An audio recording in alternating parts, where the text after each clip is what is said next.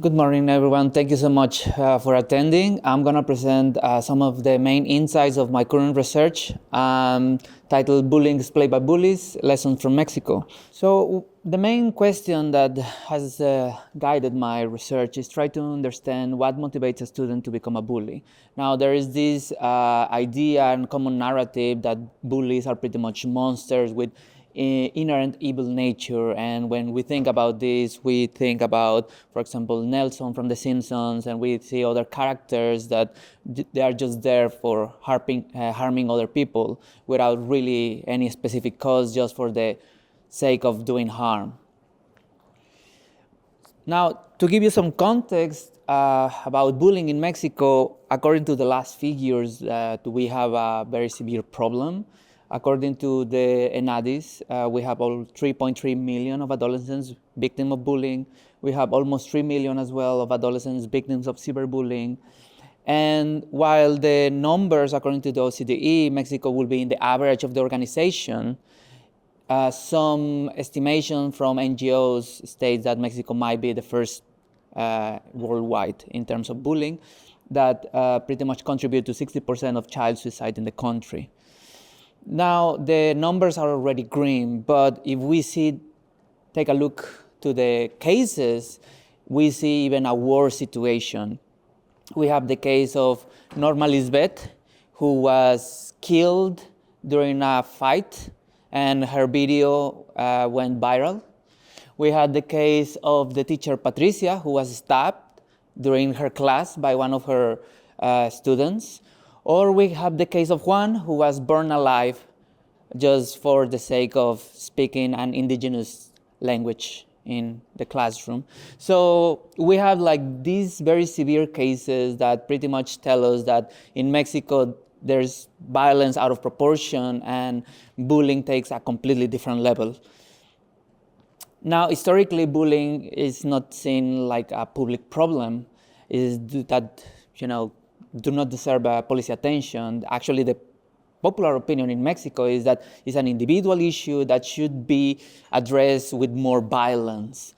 And this is a good representation of what is actually happening in the classroom. And this is from a movie from 1959, but that could be something that is happening nowadays. And the scene goes like, "Teacher, that boy hit me." And the answer from the teacher is, "So, don't you have hands? Hit him back." And it's how we grew in Mexico, and this is what is expected, that you self-defend in order to grow up. Now, in order to understand bullying, we need to differentiate from other school violence phenomenon, because school violence constitutes like a broader range of actions and motivations, while when we are describing bullying, we can understand it as an interpersonal aggression marked by intentionality, repetition, and power imbalance. Those three are the main characteristics of bullying, and these can include verbal, physical, psychological, and digital forms, ranging from physical attacks, insults, rumors, social exclusion, cyberbullying, sexual harassment, etc. Now, bullies can be categorized in different ways. I'm not going to go through all the categories, but definitely bullying takes a more complex dynamics where bullying can be victims themselves, they can become bullies just to retaliate, they can be bystander, they can use bullying strategically, or they can use cyberbullying. Victims are always often targeted by specific physical traits such as disability or behaviors or identity markers such as gender, race, or religion, and impact has a very profound impact in the consequences in the victims, with long-term consequences including academic decline, truancy, physical injuries, psychological distress, reduced social and economic prospects. And this is very important because lately the studies have shown that in the long term, victims earn less income than the average. Now, me and my colleagues, we have tried to understand bullying through different perspectives. We have used social psychological perspectives, in particular 3 main approaches, which is social cognitive theories that emphasize that behaviors are learned through observation and social interaction.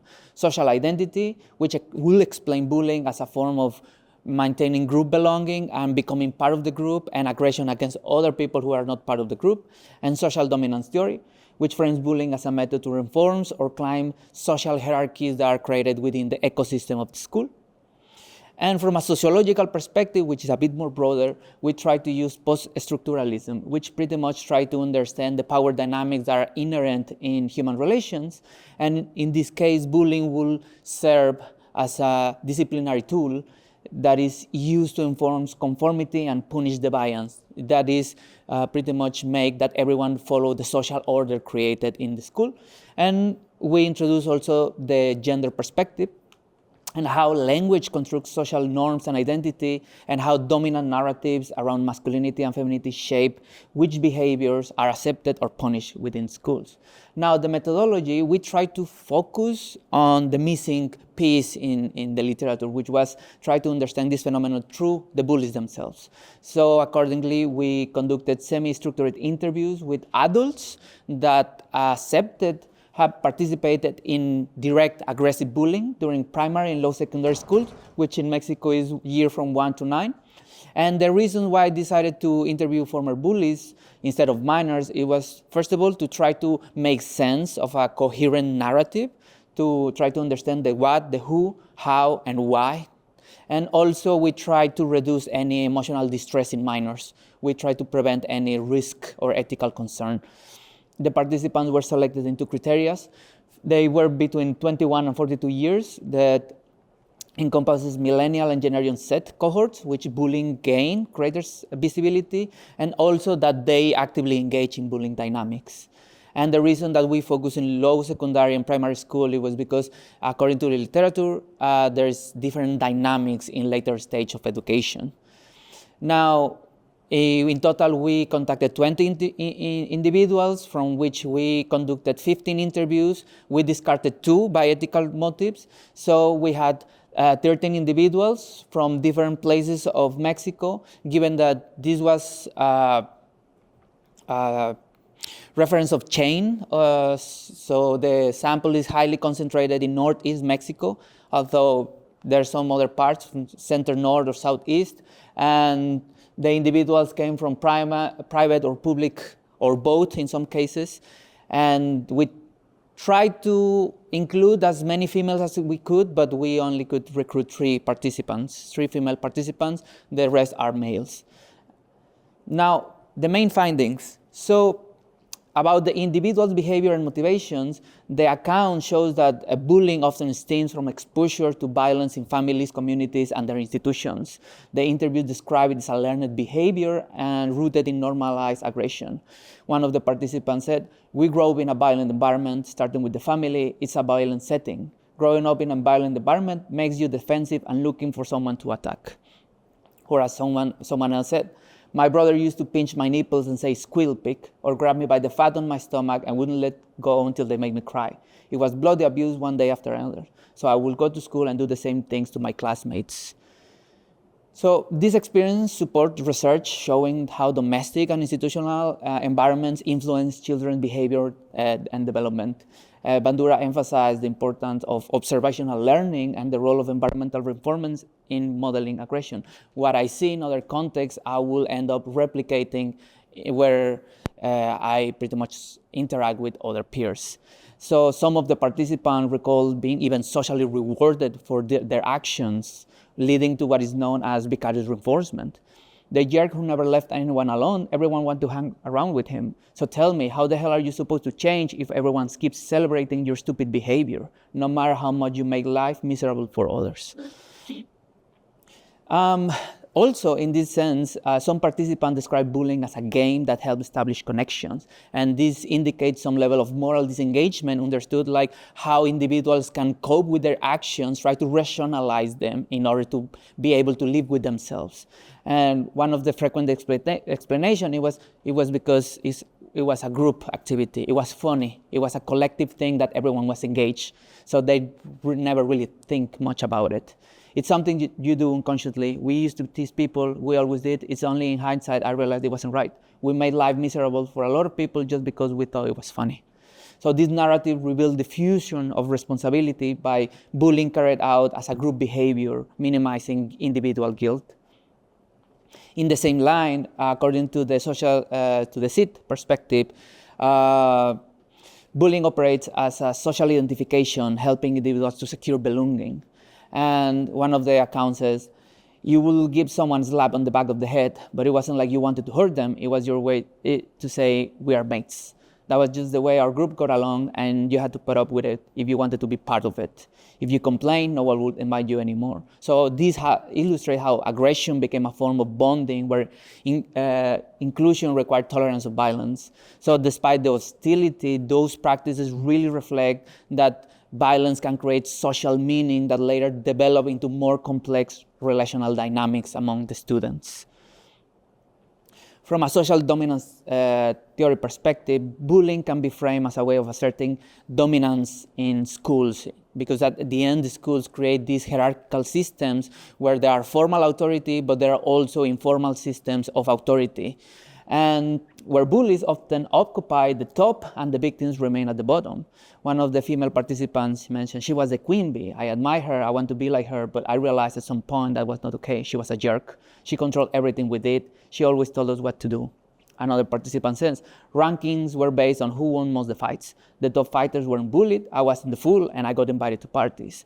So those hierarchies are established based on your power position, and that power position is frequently associated with violence. So once those hierarchies are established, especially when they are left unchallenged by the adults or authorities, they solidify over time, which led to a specific group of students remain marginalized in that hierarchy as a subordinate.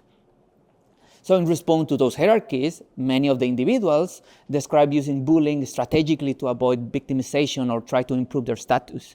It's not that you actually want to do it, but if you don't do it, others will do it to you. So it's a matter of survival. If you are in the middle of the hierarchy, you go after someone below you, so the top doesn't bully you. The findings reveal that the aggression functioned as a self-preservation strategy. If you are embedded in an environment that is full with violence, is the only way that you can survive. Now we have the societal influences of bullying from a sociological perspective. Bullying reflects a dynamic of domination and subordination, but shaping collective behavior as a structural relation. According to Foucault, the concept of disciplinary power can be used in this case because it creates a mechanism of control through which students enforce their own social order. For example, I love this quote. There's always one kid who says, "Miss, aren't you going to collect the homework?" You think that kid's gonna get his ass kicked. So you knew that many kids never did their homework, so he got his ass kicked. That was a reminder that next time he opened his mouth, things will go bad for him. So there's a peer-sanctioned punishment that reforms behavioral norms. Another participant recalled, if you go snitch, for sure others will bully you. Everyone knows that this is how it works. So we have non-written rules that pretty much guide the social behavior. So Thornberg knows that bullying is framed as deserved hostility. You are being bullied because you have crossed a non-written rule. You deserve it. So bullying also serves as a mechanism to enforce gender roles. And this is known as normative cruelties that legitimize gender-based exclusion. They called you the boss, the alpha, the guy with big balls. You felt invincible. It was about being a proper man, a proper macho. A guy who doesn't fight back is labeled pathetic, coward, pansy, less of a man. So students shape their actions according to hegemonic discourses. So language is a reinforcing element that idealizes gender roles, but also affect their development. So children who deviate from those norms are marginalized. Here's a testimony. Do you remember this TV show? Do you remember the character of Agapito? He was the proof that everyone made fun just because he was gay. Well, our own Agapito also got picked every single day, and the guy wasn't even pleasant. He was nice, he didn't bother anyone, but he was the gay one. Therefore, he deserved hostility. And while not all the students support hostility against those individuals out of norm, many fear stigma contagion. So one of the participants said, to be honest, I didn't care about his sexual orientation, but I wasn't going to stick up for him. People will say he was my boyfriend, people are cruel. I knew I would be in trouble, so no thank you. So this fear of social punishment discourages solidarity and perpetuates harmful discourses against the specific out-of-norm students. So we have the role of parents and teachers. And here the thing is that if we see bullying only as an individual behavioral issue, the responses tend to focus on punitive measures. However, the participants said that many times they were effective. I got expelled for burning a teacher's book. My parents sent me to another school, but it was full of other expelled students, so it felt more like a reward. Another important barrier is the silence, and this comes because children fear retaliation, normalize violence, and distrust from adults. A teacher gave us a box to report bullies anonymously. No one wrote anything. No one wants to be the class snitch. So there is a strong barrier that prevents that bullying is something that students actually report. So breaking the silence required stronger parental-child communication. And many of the testimony indicated that once they broke that initial barrier, some changes could happen. I stopped bullying when my mother talked to me. I started crying. I begged her to change my ways. In that moment, I knew I had to change. I need to calm down. Other participants echoed the same feeling. However, this communication was often absent due to structural reasons in the Mexican labor market. My mom worked from 7 a.m. to 9 p.m. She was exhausted. Sometimes she would just return home all stressed and angry. She went straight to sleep. Do you think she had time to talk? And that really reflects the reality of many parents in Mexico. We cannot really engage in communications if they are not there to start with. Teachers also play a vital role. However, in the Mexican context, they also often lack training of resources, and they might not be even aware of bullying at all. So, for example, one of the testimonies said, like, one time I gave a lad a whack on the head. I hit him on the back of the head with a stick, a broom handle. He cried and started shouting, "She hit me." The teacher said, like, "Oh, it was an accident. They just rubbed the kid's head and nothing happened." So, effective classroom management requires clear rules and active participation of the teachers. However, in evidence from Mexico, especially from public schools, says that there's teachers experience high levels of burnout and lack institutional support. If they don't have the basic resources, they might not even even have the time to try to attend other kind of issues happening at school. So, of course, there are like measurements or guiding principles that we try to incorporate for try to solve this issue. We might think on restorative justice practices, try to introduce social emotional learning in the curriculum, teachers training for prevention and intervention, or school-led parenting sessions focused on strengthening communicational and emotional skills. There are plenty of programs, the Kiva program, the Triple Parenting program, the Alwelus program.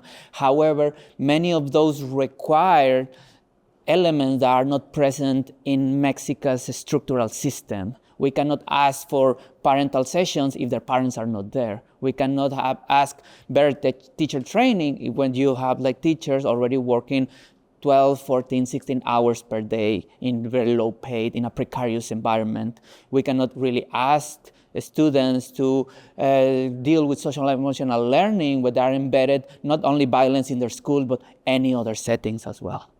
So, as a conclusion, this research provides valuable empirical evidence on bullying in Mexico from the perspective of the aggressors. The findings highlight that bullying often stems from deep-rooted issues such as dysfunctional family dynamics, exposure to violence in many contexts, additionally poor managed dynamics of identity, belonging, domination, as well normalized toxic discourse contribute to fostering aggression. Addressing these factors is critical to design intervention that move beyond punitive measures and try to address the broader social environment and environmental conditions. And it's very important the involvement of parents and well-trained teachers. However, this is the missing part in Mexican context. Thank you so much.